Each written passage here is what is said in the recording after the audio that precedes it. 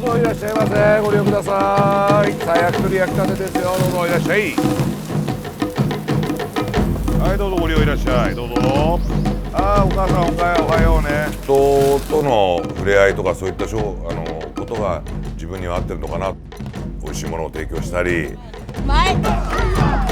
楽しいことをさせるような状況の場を作れないんではお祭りは成立しないと。まあ雨が降っても本当に雪が降ってもやらなきゃいけない。まあ、使命感ではないんだけどそういう立場の人間なんで、まあ、頑張れるっていう部分はあるんじゃないかな。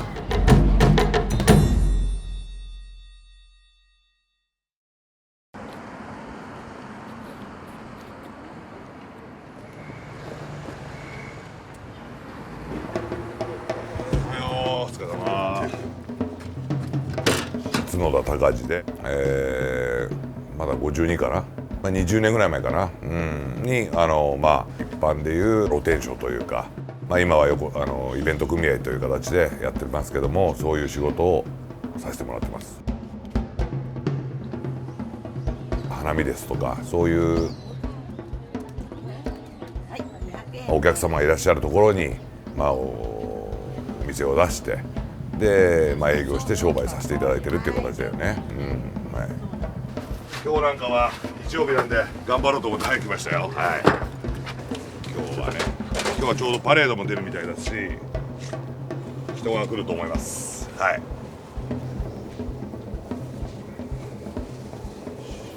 最初にこの、まあ、素焼きっていうんですけど、まあ7割から8割ぐらい焼いて前に置いといて、生からお客さんに聞かれて出すとやっぱり時間かかっちゃうからね。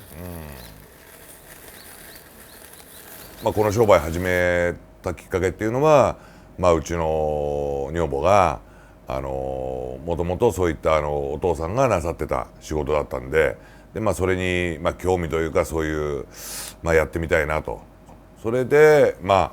あまあ、正直言ってサラリーマンもやってたんだけど、まあ、20年ぐらい前に、まあ、約30ぐらいだよね、30ぐらいの時に、まあ、転職というかこの仕事を選んでやりだしたと。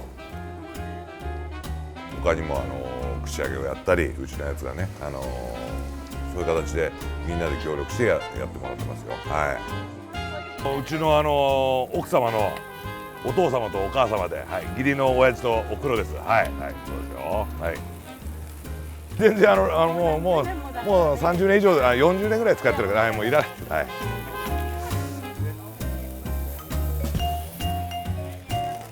はい、これがもう秘伝のタレですよね。うちが代々受け継いでるね。この仕事いろんな品物も入ってくるし楽な方法も出てくるんですけど、まあ、我々は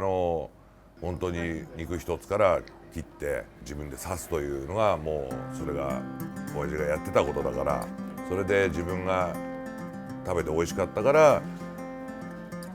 まあ、それをやってるわけで、まあ、今だから同じように息子にも同じような仕込みのやり方、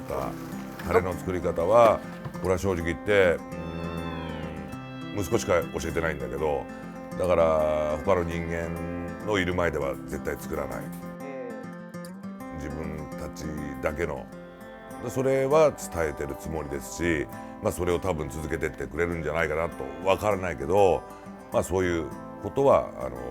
芯としてあります。僕は出来屋を続けていくかはまだ不透明ですね。商売しづらい世の中になってきたっていうのもあるんで、まだ決断しかねてます。始めたのが昭和40年代だから、それからどんどんと右肩上がりでね、景気がどんどんいい時で商売的にが良かったんだよね。我々は金がないうちはないでしょ。だから金貯めてうちを作るっていうのが第一の目的だ。これはまだ若い頃だね。いや最初はね、やっぱり屋台っていうとあんまりいい感じしなかったらね、で今はいいんだけど、我々やった時はね、もっとあちらの世界の人が結構ね幅があったから。今ね、暴対法っていうのができてイベントがあるという時には全てのやる人の書類を提出しなきゃいけないわけ。それはもう当たり前のことだろうけども、それで、OK という人間だけが商売させていただく。確かにそういう形で関わってる人がいるいないは分からないけど、いたら絶対商売はできませんよっていう形。今はそういう形が確立してる。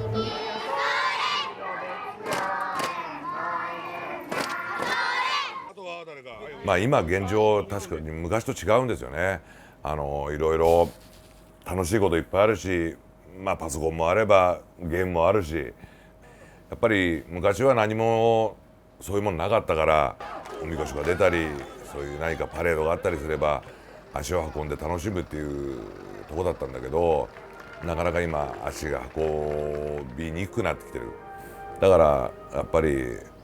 親御さんが手を引いて、やっぱそういうイベントに少しでも参加していただければありがたいなと。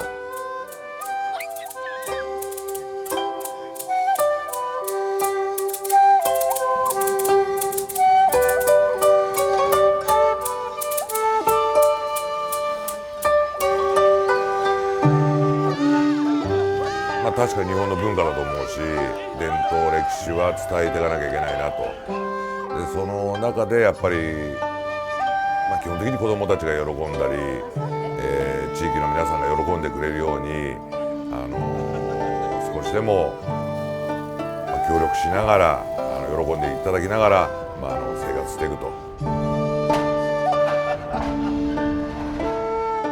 さあどうぞいらっしゃいませ。ご利用ください。さあ焼き鳥焼きたてですよ。どうぞいらっしゃい。